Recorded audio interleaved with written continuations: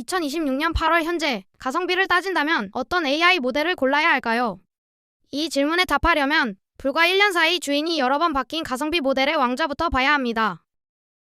오픈라우터에서는 날마다 모델별 토큰 사용량 통계를 공개하는데요. 작년 상반기 전체 토큰의 21.7%를 차지했던 모델 계열이 있습니다. 가성비 모델의 대명사라고 불리면서 시장을 평정한 제미나이 플래시입니다. 특히 2025년 2월 출시된 제미나이 2.0 플래시는 100만 토큰당 입력 10센트, 출력 40센트라는 충격적인 가격을 내걸어서 한동안 화제였죠. 그리고 7월에 나온 후속 가성비 모델 제미나이 2.5 플래시 라이트도 이 가격을 그대로 유지했습니다. 성능과 속도, 가격까지 적당히 잡으면서 오픈 라우터에서도 압도적으로 많이 호출되기 시작했죠. 그런데 불과 1년 만에 제미나이 플래시 계열의 점유율이 4%까지 내려와 버렸습니다. 와중에 가장 큰 인기를 끌었던 2.0 플래시는 올해 6월 서비스를 종료했고요. 2.5 플래시 라이트 정식판은 아직 종료 일정이 발표되지는 않은 상황입니다. 아, 구글 형님들, 그렇게 잘나가던 모델을 한 방에 보내버리시다니요. 그렇다면 제미나이가 내려온 가성비 1왕 자리는 누가 가져갔을까요? 새로운 왕이 곧바로 등장한 건 아니었습니다. 여러 모델이 동시에 치고 올라오면서 가성비 모델판 춘추 전국시대가 시작됐습니다. 여러 가성비 모델들의 중심에는 역시 중국이 있었는데요. 오픈라우터의 상위 50개 모델을 계열별로 묶어서 보면 2025년 작년 상반기 중국산 모델들의 합산 점유율이 12.9%였습니다. 하지만 작년 하반기에는 중국 모델들이 18.2%까지 올라오면서 제미나이 플래시를 처음 앞질렀습니다. 그리고 5월에는 중국 모델들의 점유율이 44.4%까지 올라갑니다. 오픈 라우터에서 사용된 전체 토큰의 절반 가까이를 중국 모델들이 차지하게 된 겁니다. 그런데 이 44.4%가 전부 한 모델의 점유율은 아닙니다. 여러 회사의 모델들이 동시에 이 안에 들어와 있습니다. 그중 올해 5월 기준으로 가장 큰 비중을 차지한 건 작년 초 시장을 강타했던 딥시크입니다. 그런데 이건 단순히 값싼 챗봇들만이 달성한 결과가 아닙니다. V3.2는 1800개가 넘는 환경에서 도구를 쓰며 추론하는 에이전트 작업을 훈련했습니다. 뒤이어 나온 V4 플래시는 100만 토큰 문맥을 더 빠르고 저렴하게 처리하도록 설계됐고 코딩 에이전트에도 최적화됐습니다. 제미나이 2.5 플래시 라이트보다 입력 단가는 40% 높지만 출력 단가는 30% 낮아서 긴 보고서나 코드를 뽑는 작업에서는 더 저렴할 수 있습니다. 그렇다고 딥시크가 계속 중국 모델 중 1등이었던 것도 아닙니다. 올해 1분기에는 딥시크가 7%였던 반면 다른 중국 모델 하나가 9.5%까지 올라오면서 딥시크를 앞섰습니다. 오픈 라우터에서 딥시크를 앞지른 모델은 미니맥스 M2였습니다. 미니맥스는 2022년 중국을 대표하는 AI 기업 센스타임의 전 부사장이 세운 회사입니다. 이 회사가 특이한 건 자기들이 쓸 AI 에이전트부터 회사 안에서 직접 굴렸다는 겁니다. 온라인 자료 분석, 기술 조사, 코딩, 고객 피드백 처리, 심지어 채용 이력서 검토까지 맡겼다고 합니다. 그런데 성능 좋은 해외 모델은 비싸고 느렸고 싼 모델은 복잡한 일을 끝내는 능력이 부족했습니다. 이런 배경에서 탄생한 모델이 미니맥스 M2입니다. M2는 사내 니즈에 맞게 일반 챗봇보다 코딩과 에이전트 작업에 집중했습니다. 여러 파일을 고치고 테스트를 돌린 뒤 실패하면 다시 수정하는 작업, 쉘, 브라우저, 파이썬, MCP 도구를 이어서 쓰는 긴 작업을 테스트했습니다. 그리고 당연히도 데모로 끝내지 않았습니다. 미니맥스 에이전트에서는 리서치, 풀스택 개발, PPT와 보고서 제작에 사용했고 클로드 코드 커서, 클라인 같은 개발 도구에도 연결해 쓸 수 있게 공개했습니다. 오픈 라우터에서도 실제 사용 흔적이 보였습니다. 2026년 1분기 M2 계열의 토큰 점유율은 딥시크를 넘어섰습니다. 답만 하는 AI가 아니라 도구를 써서 일을 끝내게 만들려는 철학이 시장 수요와 잘 맞아떨어진 거죠. 하지만 미니맥스의 왕좌는 오래가지 않았습니다. 2026년 5월 M2 계열의 점유율은 3.7%까지 내려왔습니다. 같은 시기 M2를 근소하게 앞선 모델이 샤오미 미모였습니다. 스마트폰 회사로 더 익숙한 바로 그 샤오미입니다. 기반이 된 미모 V2 플래시는 전체 3,090억 중 매번 150억 파라미터만 작동시켜 비용과 속도를 잡았습니다. 긴 문맥은 필요한 구간만 보고 다음 토큰을 여러 개 예측해 출력도 빠르게 만들었습니다. 샤오미는 코딩 에이전트의 성능을 높이기 위해 실제 GitHub 이슈로 10만 개 넘는 검증 가능한 과제를 만들었는데요. 예를 들어 웹 개발 결과는 스크린샷이 아니라 녹화 영상으로 실행까지 확인하게 했다고 합니다. 그리고 후속 모델인 미모 V2.5는 이 기반의 이미지, 영상, 음성, 즉 멀티모달 이해 기능과 1밀리언 컨텍스트 사이즈를 달성했습니다. 해외 공식 API 가격은 입력 100만 토큰당 14센트, 출력은 28센트. 저렴한 가격 덕분에 2026년 5월 전체 토큰 점유율 4.1%를 달성합니다. 게다가 오픈라우터에서는 미모 V2 플래시를 무료로 쓸 수 있는 경로도 제공했는데요. 이외에도 4월 28일부터 한 달간 추첨에 당첨된 개발자들에게 총 100조 토큰을 지원했습니다. 극강의 가성비에 더해 사람들이 일단 써보게 만드는 판까지 같이 깔아둔 겁니다. 그런데 자세히 보면 같은 그래프에는 미모보다 2배 넘는 점유율을 차지한 모델이 하나 더 있었습니다. 2026년 5월 전체 토큰 점유율의 10%는 중국 게임의 큰손 텐센트가 내놓은 호니안3가 가져갔습니다. 호니안 모델의 신버전 개발을 이끈 수장은 98년생 오픈 AI 출신 연구자 야오순이었습니다. 그는 AI가 답만 하는 게 아니라 직접 도구를 써서 일하게 만든 이른바 리액트라는 연구를 제안한 에이전트 연구의 선구자입니다. 지금 AI, 에이전트의 출발점 중 하나가 된 연구죠. 야오순이는 실제로 이런 연구를 바탕으로 오픈 AI의 초기 딥 리서치 기능 개발에도 참여했습니다.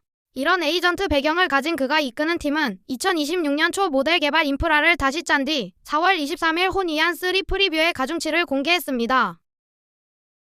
호니안은 질문에 바로 답하는 모드와 깊게 추론하는 모드를 한 모델로 구현해냈습니다. 그런데 이 호니안, 벤치마크보다 실제 사용량에서 더 눈에 띄었습니다. 실제로 텐센트가 강조한 건 벤치마크 점수보다 실제 제품에서 일을 끝내는 실무 능력이라고 하는데요. 그래서 코딩과 검색 에이전트 학습 규모를 크게 늘렸습니다.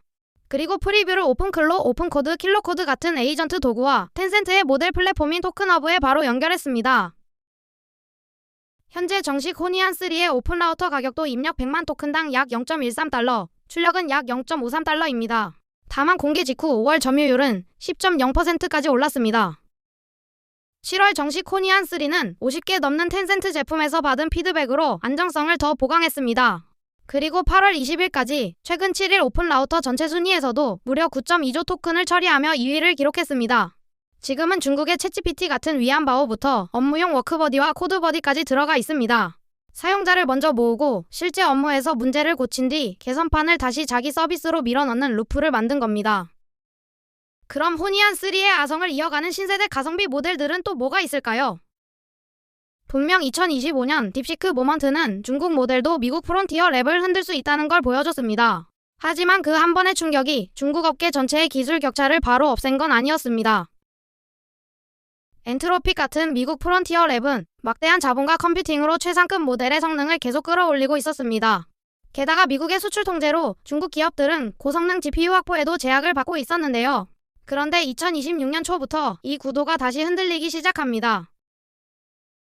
1월 문샷 AI의 키미K 2.5를 시작으로 2월에는 GAI의 GLM5와 미니맥스 M2.5, 알리바바의 QN3.5가 연달아 공개됐습니다. 물론 최근에는 공개평가 점수만 집중적으로 끌어올리는 이른바 벤치맥싱도 흔해졌습니다.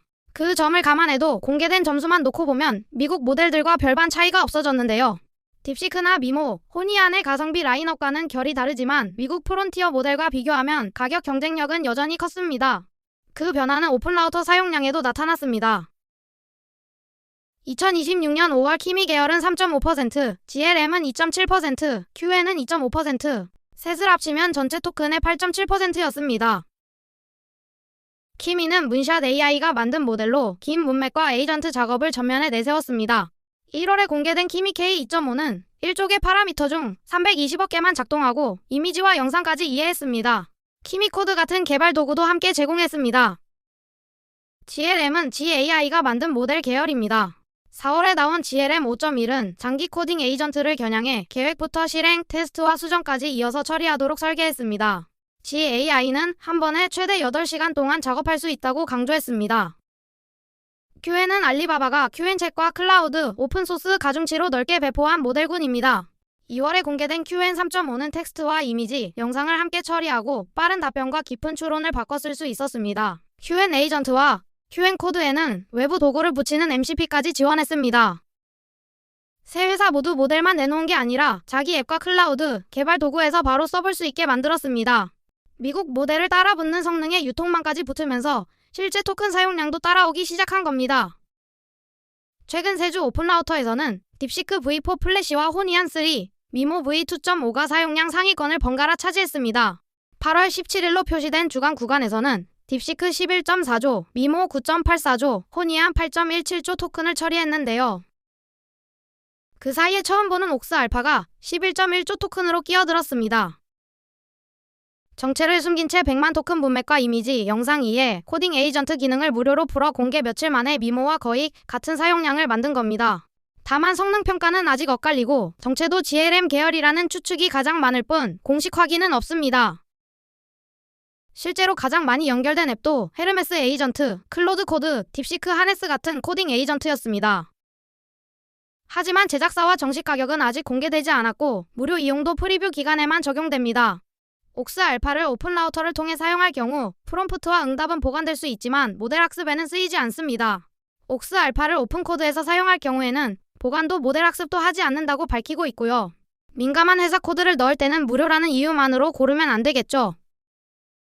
그럼 정체가 공개된 모델 중에서는 누가 가장 쌀까요? 오픈 라우터 기준 100만 토큰당 딥시크 V4 플래시 0731은 입력 0.08달러, 출력 0.18달러, 미모 V2.5는 입력 0.14달러, 출력 0.28달러, 호니안 3는 입력 약 0.13달러, 출력 약 0.53달러입니다. 토큰 사용량 기준으로 대중적인 픽은 딥시크 V4 플래시, 새로 주목받는 모델은 옥스 알파입니다. 하지만 어떤 작업에 쓰느냐에 따라 선두 모델은 달랐습니다. 헤르메스나 오픈클로 같은 에이전트 앱에서 중요한 워크플로 실행은 호니안, 멀티스택 계획과 코드 생성은 딥시크, 디버깅은 미모가 앞섰습니다. 물론 토큰 점유율이 모든 걸 대변하지는 않습니다. 그렇지만 한 가지 확실한 건 이제 중국 모델을 단순히 싼 대안으로만 보기 어렵다는 겁니다. 실제로 올해 7월 문샷 AI가 키미 K3를 공개하자 미국 AI 관련주가 한 차례 흔들렸습니다. 공개평가에서 미국 최고 모델을 바짝 추격하면서 중국 모델들이 실사 용량뿐 아니라 최상급 성능에서도 미중 격차를 몇 주 수준까지 줄였다는 평가를 받고 있습니다. 오픈 라우터의 텍스트 요청 점유율에서 7월 27일 구글 26.1%, 딥시크 24.9%였지만 8월 11일 딥시크 27.1%, 구글 23.8%로 역전했고 8월 17일에도 딥시크 26.3%로 1위를 지켰습니다. 이제 오픈 라우터에서는 요청수까지 딥시크가 구글을 앞선 겁니다. 다만 옥스 알파가 포함된 스텔스가 3.3%, 이름이 묶여 집계된 아더스도 13%였습니다. 새로운 강자들이 계속 끼어들고 있어 가성비 왕자 경쟁은 아직 끝나지 않았습니다.